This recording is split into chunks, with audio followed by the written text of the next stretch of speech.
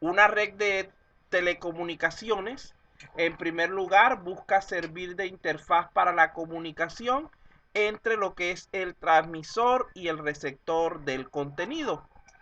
En segundo lugar, su función principal es transmitir esa información. ¿Qué diferencia hay entre servir de interfaz de comunicación y de transmitir la información? Ponemos el ejemplo de que habíamos hablado, creo que en otro curso, de las dos personas que no hablan el mismo idioma. Por ejemplo, el señor Díaz Ventosilla, no sé si fue con ustedes que lo dijo con otro grupo. Imaginemos que salió a una fiesta y se consiguió con una muchacha hermosa y decidió enamorarla. Pero cuando empieza a hablarle resulta ser que la muchacha solamente habla ruso y él no sabe ni papa de ruso. En ese caso hace falta algún tipo de dispositivo, de forma de interfaz que permita la comunicación entre ellos, es decir, un traductor de idiomas. ¿Da? Mira, él dice que se sabe un poquito, aunque sea para medio defenderse. Ajá.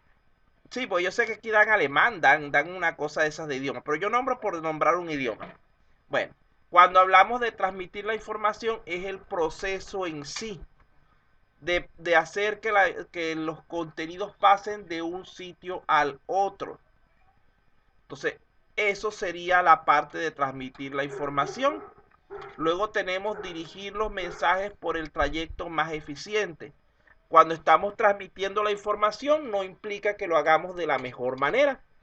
Ahí caería esta siguiente función, esta siguiente característica. Debemos buscar siempre optimizar ese proceso.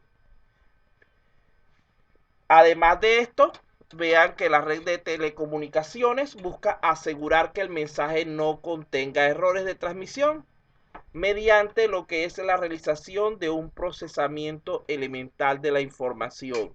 Es decir, debe garantizar que el mensaje que salió desde el origen sea lo mismo que llegue al destino.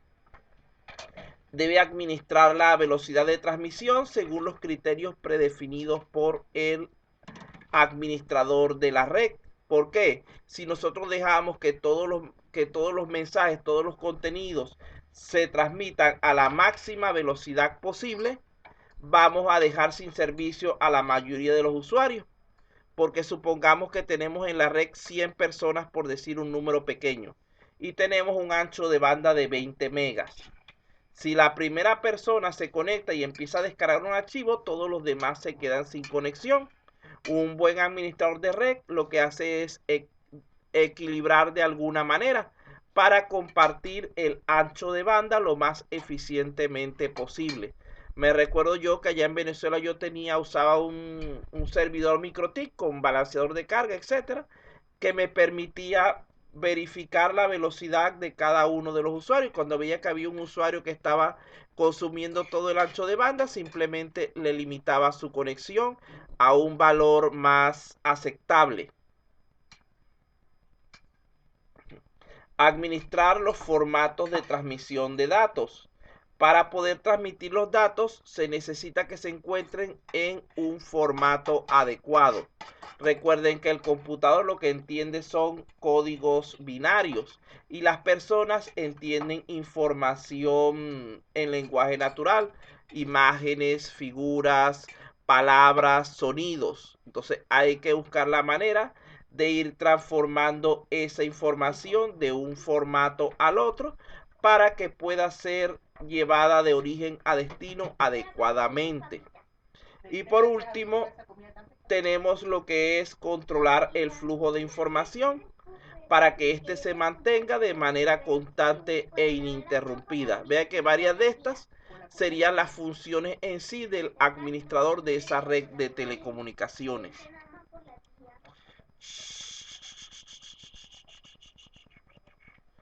Bueno, continuamos entonces. Lo siguiente que nos toca conversar es referido con los componentes básicos de una red de comunicaciones. Aquí tenemos varios elementos que generalmente están presentes. En primer lugar, tenemos lo que son las computadoras que fungen como servidores, que son aquellas, como ustedes saben, encargadas de procesar toda la información que entra o sale de la red.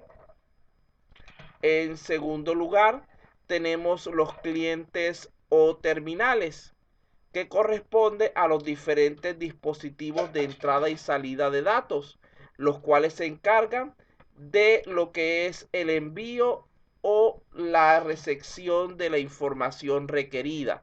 Generalmente nuestros computadores personales se consideran como clientes o terminales dentro de lo que es el Internet,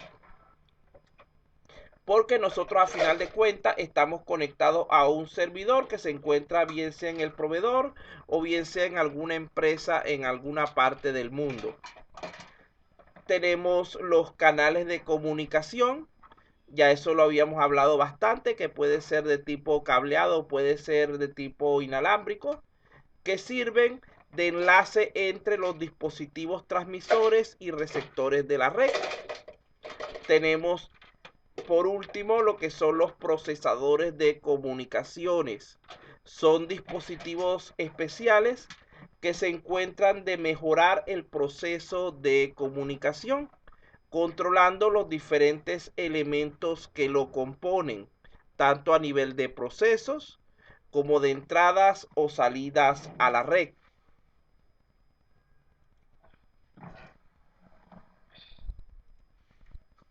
Entonces, mira, estaba por aquí, lo había puesto y no me había dado cuenta. Bueno, una red puede requerir entonces de ciertos dispositivos especiales.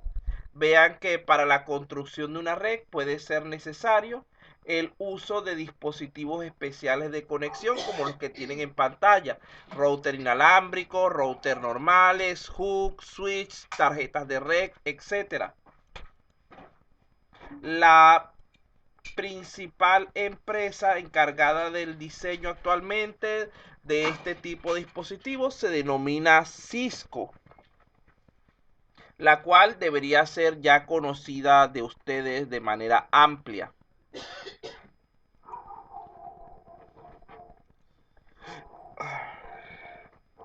Luego de allí tenemos lo que son los diferentes ejemplos de procesadores de comunicaciones. Vean que allí tenemos varios aparatos que nos permiten mejorar la comunicación entre nuestros diferentes dispositivos de la red.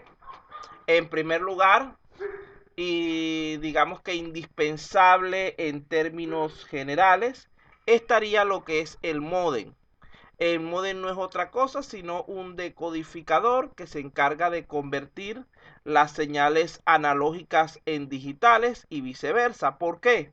Recuerden que, por ejemplo, yo estoy hablando aquí y yo en este caso estoy enviando señales analógicas, es decir, en mi caso señales de voz. Yo entiendo esas señales de voz, ustedes la entienden, pero el computador no. Él debe convertir, y a través de internet no podemos mandar voz directamente, sino señales digitales, porque si mandamos señales analógicas es mucha la pérdida de información que tenemos. Entonces, ese módem lo que hace es que recibe ese contenido analógico en el computador, lo transforma en señales digitales que puedan ser enviados a través de la red. Y luego en el otro extremo hay otro módem que hace el mismo proceso. Recibe la señal digital que viene de la red y la convierte en una señal de tipo analógica. Otro tipo de dispositivo procesador de comunicaciones son los multiplexores.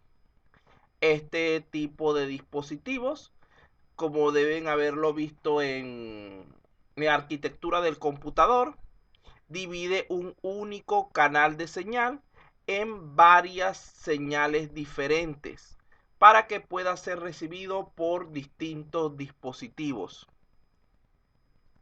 Luego de allí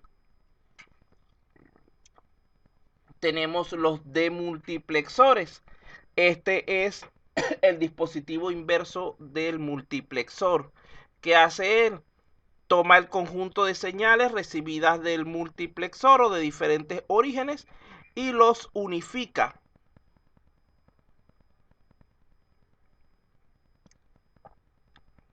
para que puedan ser utilizados de manera conveniente. Aparte de esto, tenemos lo que son los controladores. Estos son dispositivos que se encargan de supervisar el tráfico de la red que se realice de manera adecuada. Y finalmente tenemos el concentrador, que es un dispositivo que reúne y almacena temporalmente los mensajes, los contenidos, para enviarlos de manera conjunta, y al enviarlos en bloque hace mucho más eficiente la transmisión de los datos. Estén pendientes que este conjunto de dispositivos siempre los pongo en el examen y siempre terminan confundiéndome uno con otro. Vean que estoy dando los tics de cosas que acostumbro colocar. Si tienen alguna duda, por favor pregunten en este momento.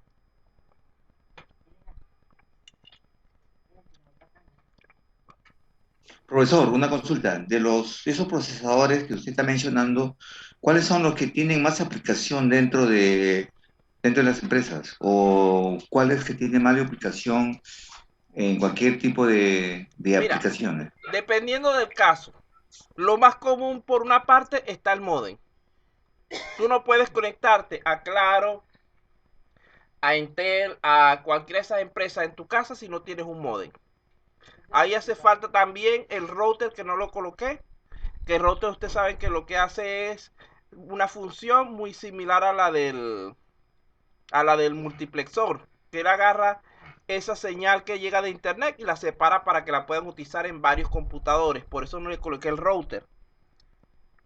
Entonces, los más comunes son esos: un modem y un multiplexor. Muchas veces en la actualidad son unificados. Es un solo dispositivo que hace las dos funciones. Del resto depende de la aplicación específica que le vaya a dar la empresa o la persona. Porque no todo el mundo, por ejemplo, monta un concentrador o un demultiplexor. Eso va a depender precisamente de las necesidades de cada caso. Bueno, Gracias, profesor. vamos a ver aquí. Aquí está. Primera pregunta. Yo decía, ¿cuándo llegan las preguntas? ¿Cuál de esas tres tipos de redes que tienen allí, de esos tres ejemplos de redes, creen que es la más versátil? La que puede tener mayor cantidad de funciones. Uno, dos o tres. Ah, un voto, no hay más votos.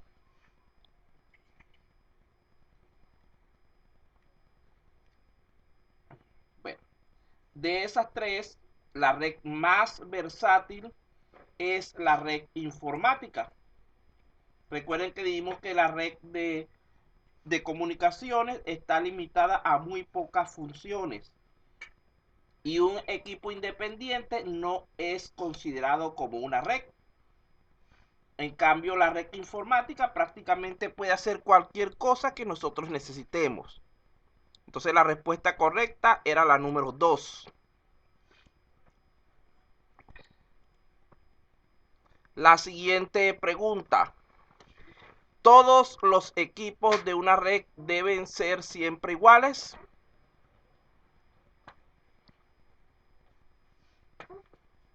No, no, no. Por supuesto que no. Y ejemplo de esto sería esta clase. Yo estoy utilizando un laptop, alguien está utilizando un computador personal, alguien puede estar utilizando una tablet y otra persona puede estar utilizando un celular. Ya estamos hablando de cuatro dispositivos totalmente diferentes para conectarse a la misma red. Igualmente, durante su recorrido, voy a añadir una pregunta más. ¿Los datos tienen que pasar siempre por un mismo canal o pueden ir cambiando durante su recorrido?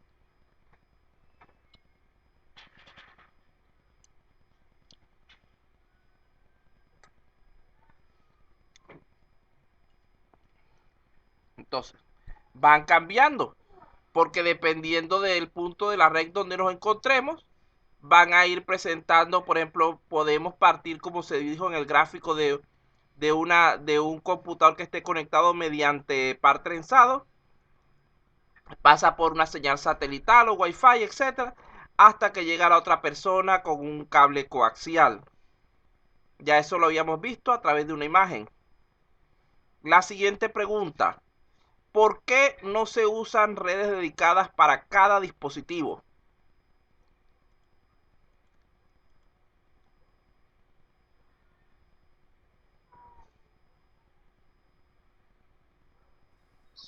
Por su costo elevado.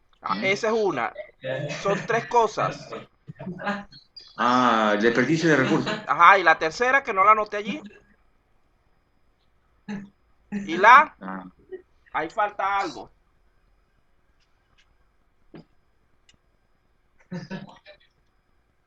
Y la disponibilidad, desperdicio y disponibilidad de recursos. Porque acuérdense que, por ejemplo, ¿ustedes creen que sería posible que cada carro utilizara una carretera independiente? ¿Que se podría crear eso en este mundo?